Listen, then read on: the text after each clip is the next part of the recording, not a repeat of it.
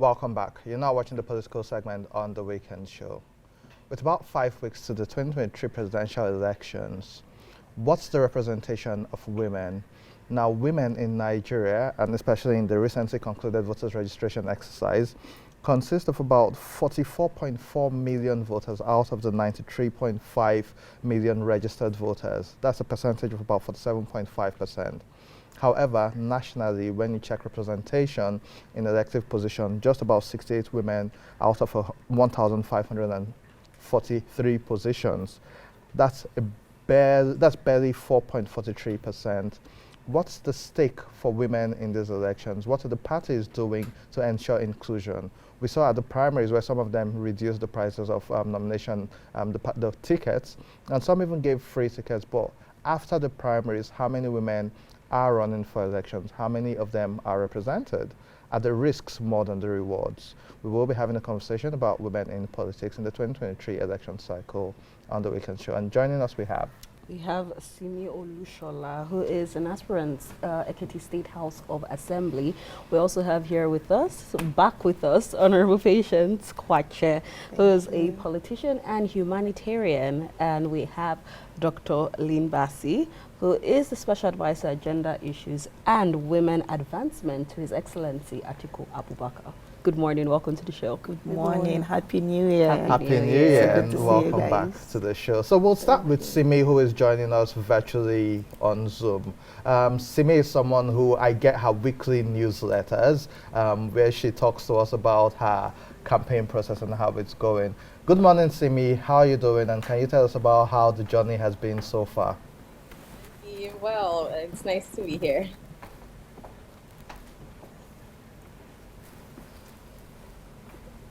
Yes.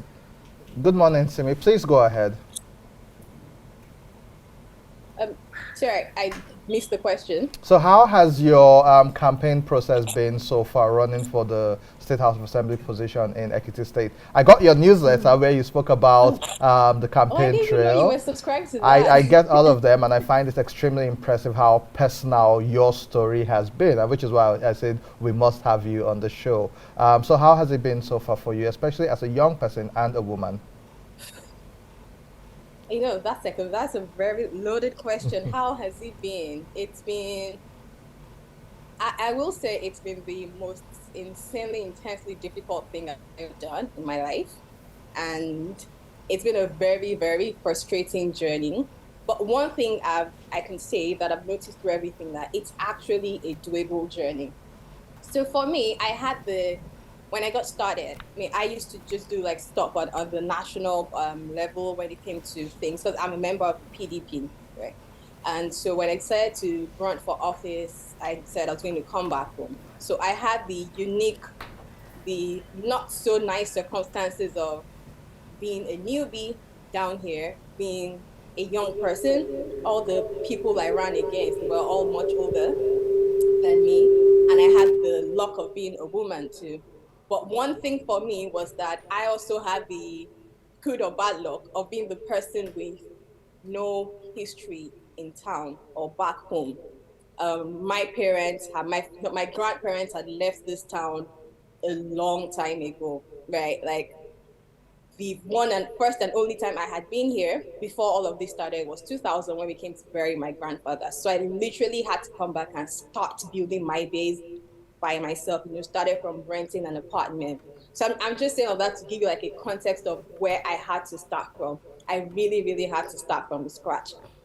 And because I was determined that I was going to earn my place in the scheme of things, I was determined that I was going to follow a path and a journey that other people can look at and learn from. I didn't want there was, and also because I was trying to I was saying, let's do politics a different way. So I wasn't going the Godfather route. I didn't want somebody to just come and pick me and say, oh, this is our candidate. I wanted to be with the people, engage with them, and earn my stripes, build my structure by myself. So it was a lot of work. I used to live in Abuja. I moved down to Ikere, like I packed up my life in Abuja February last year. I'm in Ikere right now. And I started living here. It was part of what I had, even though I've been coming back for like the past 2 years before then. So just to give you a hint of noise, so talking about, so like that's how it started, and it's been a lot more like that. So started with people not taking me seriously because of all these things I had mentioned before, and also, I mean, this person just showed up. How we sure she's ready to go the whole yard. I mean, do it till the end. But now, I mean, the story has changed. I went through the first primary, and after that, it was challenge. Another challenger came. I won that again too. So people started taking me very serious. So it's been a lot of work. It's been a lot of money. It's been a lot of learning. Having to manage people. It's been. I think that's been like the biggest part. You know, just having to deal with people on so many issues. The pettiest of issues you can think of. The high level issues. All of that. It's been an interesting, frustrating journey, but I will say again, as I wrap up, that it is a very doable journey. It's not an impossible task. It's difficult, but I think it's not as difficult as we think it is. Where it's a very, very doable task. So that I'll just end there. Okay, Simi, what made you decide to embark on this journey, uproot your life, and decide to run for an office as important as this in Ekiti State? Sorry, I didn't quite hear you. Can you say that again? I said, what was it? What was the motivation to run for an important office like this in Ekiti State? I still didn't hear that. Okay, can you hear me now? Yes, yes. Okay, I think Andy would have to ask my question. Okay, so this is asking, what was the motivation? Why are you running? Why am I running for office? Yes. So I think the first thing for me is that I'm angry. I'm very angry at the state of things in country. Like, it blows my mind. And there's one quote that I live by, and that quote says, all that is necessary for the triumph of evil is for good people to do nothing. And that is what we have seen in Nigeria. Good people have stood back and watched our country become what it is. We've allowed politics to become a dirty game, and we've watched and just let things go by. So first it was that anger, like, we can't continue like this. And because I used to work in the civil space, trying to do a lot of work to get citizens to demand accountability. But I realized that the people on the other side were not ready to give that accountability. There was that impunity, and no matter how much people spoke out, like, we had a supply problem. Our leaders were just not going to answer us. And we saw that play out on a large scale with NSARS. That impunity, that decision, that unwillingness to just listen to the people.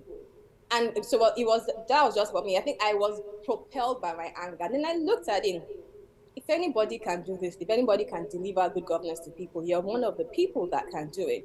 So, I mean, if not you, I mean, why not? So that was it. But for me, it was that anger. I was just tired. It is, well, we're all in the situation together, so I don't need to explain how bad or how horrible we are in the situation in Nigeria. So for me, it was that anger, like, okay, I'm going to get into this. And there was that challenge of, I'm going to show that it's possible for a young person to do this and to do it in a different way. It's possible for a woman to do this and to do it in a different way. And for me, as I try to deliver good governance, I also want to be able to open up the space for more women, for more young people. So like those are like the combination of my motivation. I just figured, we do have to get into this space and try to make a difference.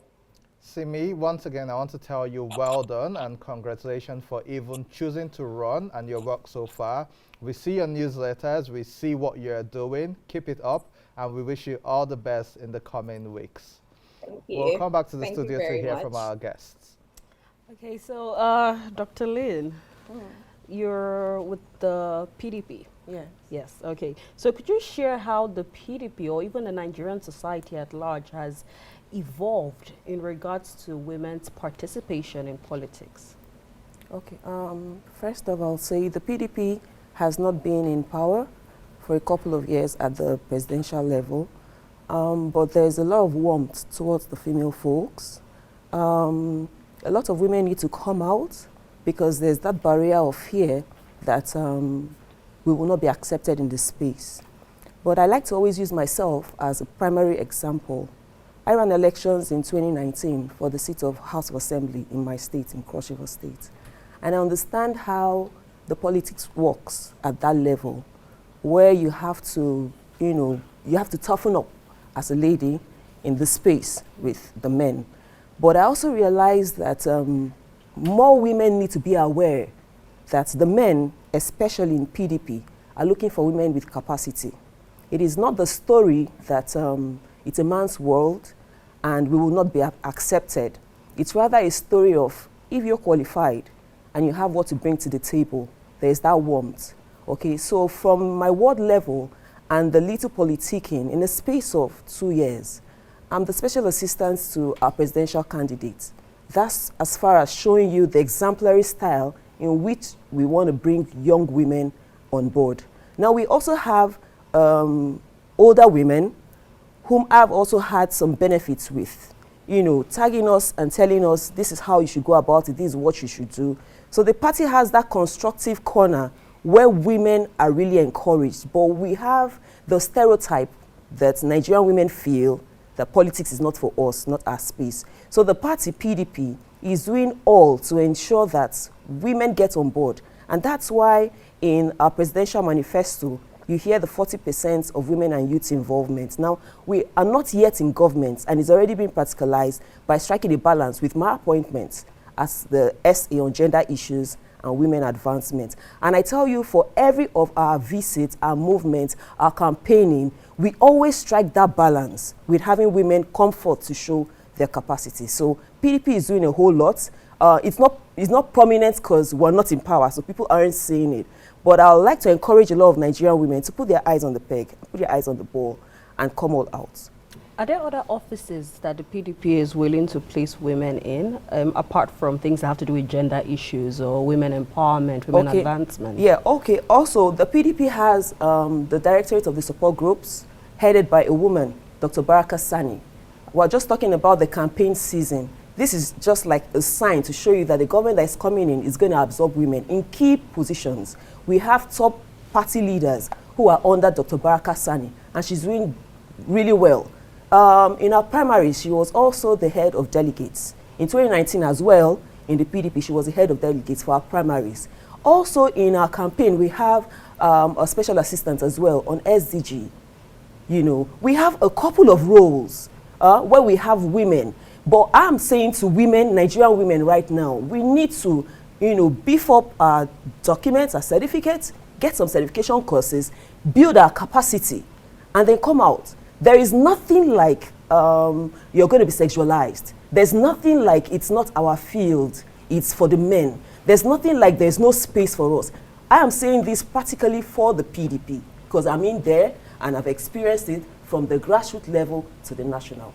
Honorable Patience, you're one of the people who, and thanks Dr. Lynn, it's impressive seeing the work you are doing, and you're not just staying outside the lines, you're deeply rooted in the campaign and what's going on.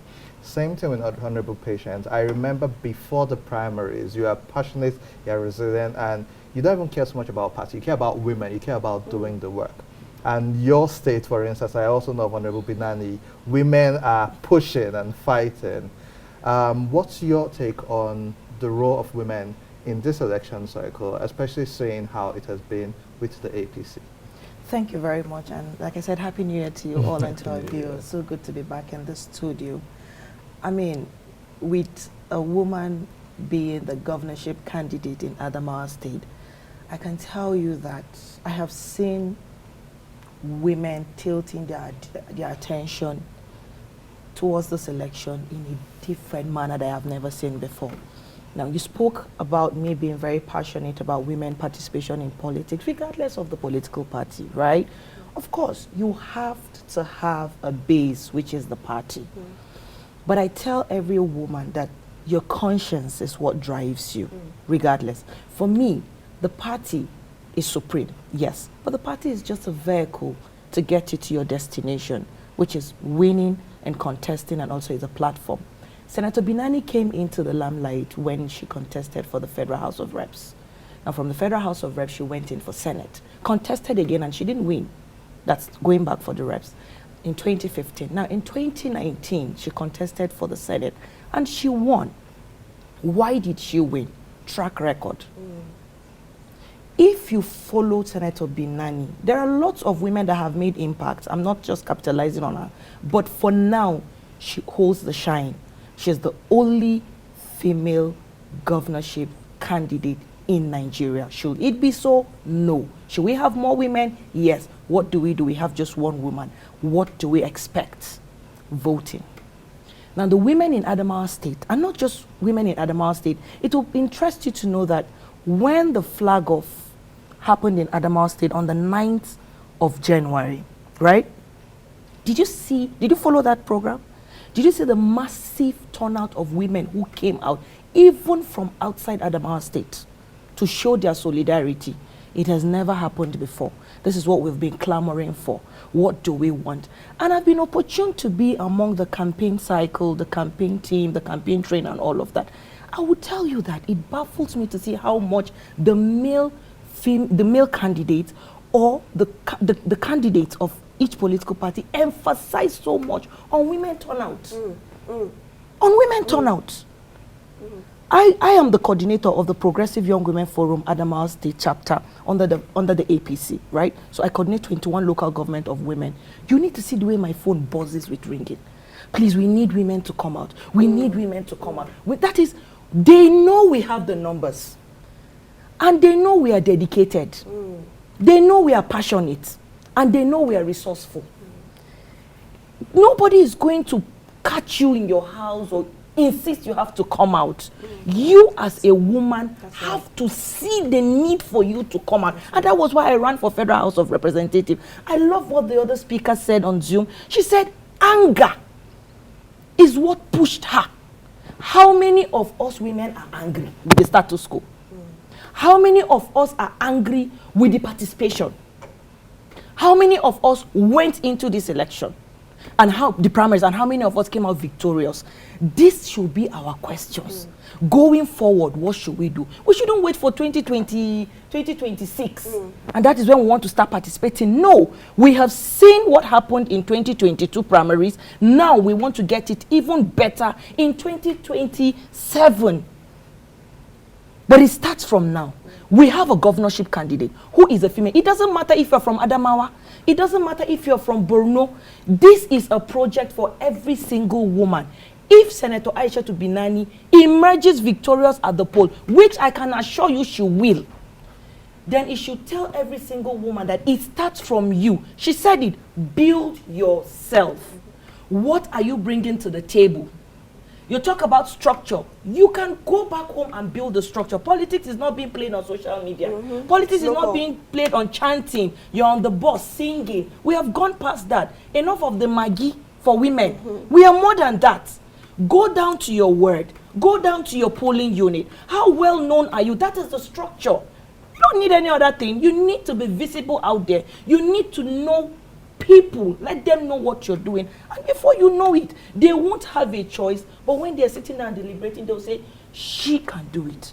Nobody gave it to Binani. It was her persistence that gave it to her. She saw an opportunity, which were the 222 female delegates. We spoke about it here. And I said, 222, it's a big number. That was one good thing I know my party did during the primaries. But women didn't even get the sensitization to know that it is important to go for your fellow women. But for Senator Binani, of course, a woman that has been in position of power, corridor of power, have resources in her hand, you can't take away money from politics. You can't take away resources from politics. She had it all over. She had it with her. She worked and pressed day and night. And the women said for the very first time, we are going for our own. Before you knew it, she had already clinched the ticket. How did it happen? They went to court, tried to do all manner of things, but the voices of the people stood firm and said, this is the people's candidate. So now this is what women need to start doing. Don't go and be chanting, say wani, say wani. Enough of it. Build your capacity. Bring something to the table. With persistence and us speaking with one voice, I can guarantee you that we will make wave. Speaking of voices, do you believe that having a woman or women in general in political leadership, do you believe it brings about a different, or it provides a different kind of voice? It does. it changes the whole system completely. I just gave you an example with this woman. So we have to keep using her. Because like I said, she's the one that holds the shine right now. And she's the only perfect example that we can give. This is a woman that changed the entire meaning of representation. This is what you get when you have women seated in power. Take, for example, the national woman leader of the APC, Dr. Betta Idu. Even if you are in the PDP or you're in the SDP, you will say to the fact that her coming on board has changed the cycle of our political, of our party system politics, and even our politics in Nigeria as a whole. Why? Because when you have women, especially young women, we're very, very resilient. This woman is up in the morning, 6:30 a.m., coming back 1 a.m., flying again tomorrow, and speaking, we need to get it right. Meeting with the presidential candidate back-to-back, candidates back-to-back. What do you want to do for women? What she will expect as we encourage them to go out to vote? What are you giving them? It is give and take. And all of this is happening because there is a young woman seated in that place. So she has changed it. Usually it used to be the older women. I'm sorry, I respect them, but you never see young women being carried. You never see women like me seated here. Before her, we had the likes of Honorable Stella Okotete. She's an ED now in Nexim Bank. She was the one that bettered the APC Progressive Young Women Forum. Why did she say so? She said she looked at, there's a barrier between the older and the younger women. How do we mend these fences? Bring them together, get them involved, get them grounded. And before you know it, we had the visibility, we had the capacity building network, and we had the networking as well. So all of these are achievable when you have women with capacity. Of course, we will change the scenario completely, and that is what is being played. And Senator Binani has also changed. If you see the way the sitting governor now in Adamawa is shaking like this, every day back to back, he's doing empowerment, he's doing this, he's doing commissioning of project. Why? Because a woman that does it better came on board. This is a woman that is narrow to the central constituency is the central, but she goes as far as the northern zone to do empowerment as a senator. She goes as far as the southern zone to do empowerment. Those were not her jurisdiction, but for her, that was representation. So when you have women on board, if they even know it changes the game entirely. Let's bring Dr. Lynn in as we reel this in. Your party, your candidate, His Excellency Atiku Abubakar, I've gone through all their manifestos, including his, and he's also quite elaborate when it comes to women and gender inclusion. Can you tell Nigerians what your party plans to do if His Excellency Atiku wins the presidency? So you can talk about what they're doing now or what they plan to do beyond the 40% representation. Okay, well, I'll start practically with the man Atiku. The man Atiku is very passionate about women and what they can bring to the table, and he's practicalized it on many levels. We know he has a cooperative bank that he wants a signed loan to, and he said with his rules, 80% must go to women. And that's because he understands that women will bring the turnovers. And it's not to talk down on the men, but I mean, the women took their loans, returned it, took again, returned it 3 times, and then were pursuing the men. So he understands that principle because he's practicalized it over and over. Now the PDP, with his presidency, women are rest assured. But my worry and my cry is that we're late. Yeah, we're late. And we may not be too late if we act now. We had 4,223 candidates, aspirants who contested for positions, and we only had 474 women. I mean, that's really, really minimal. Right now, on the INEC electoral polls, we have barely 10% of women participation. Now, these 10% are the ones who are saying women were standing by you, just like she said. Every woman come out and stand by a fellow woman, but it's still not enough. So what do we do for 2027 to ensure that we can get 30, 40, 45% of women candidates? Not women who just come at the polls. There are women who we know, of course, 50.5% of women are eligible to vote, but you can only vote. Who are you voting, right? So we can work towards right now voting a candidate that has women interests, and that person is Atiku Abubakar. Atiku Abubakar becomes president, we are sure to be at the seat of at the boardroom where we can decide or we can give policies.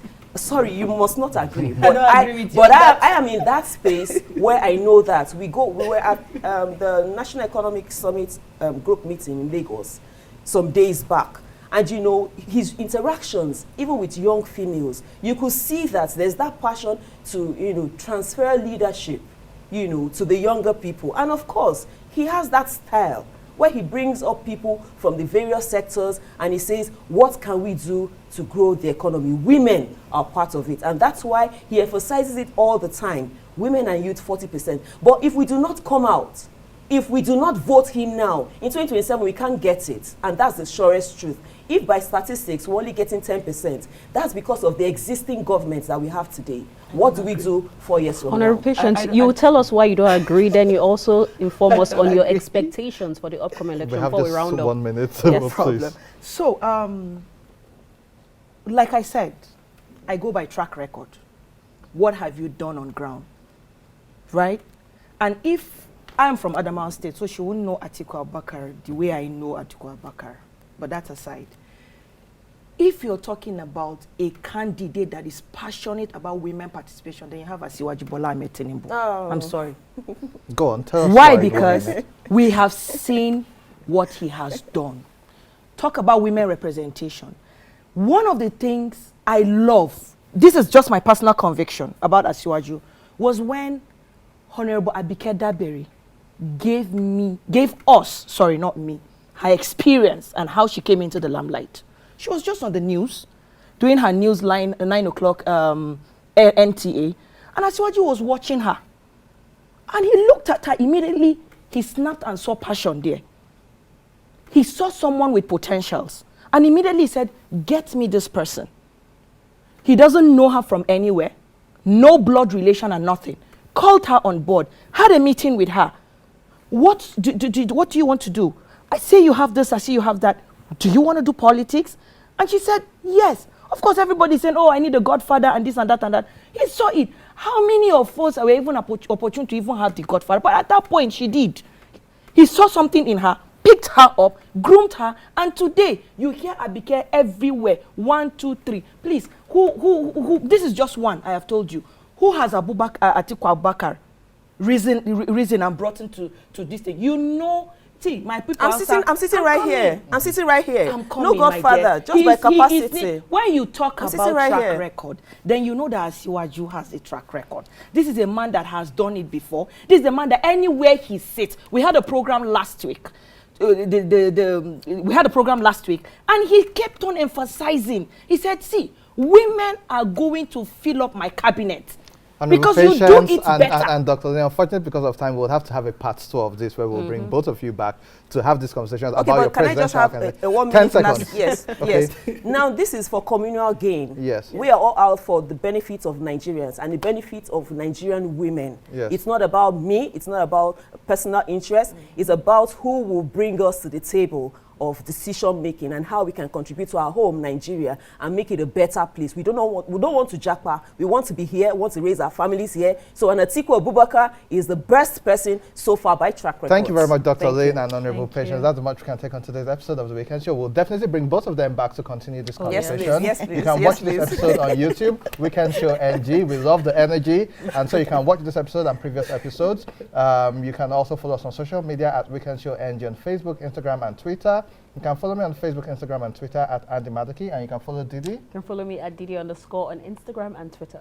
And if you want to sponsor or advertise on this show, please send us a DM on Facebook, Instagram, and Twitter at The Weekend Show. That's all for now. We'll see you next week, Saturday. Have a blessed weekend.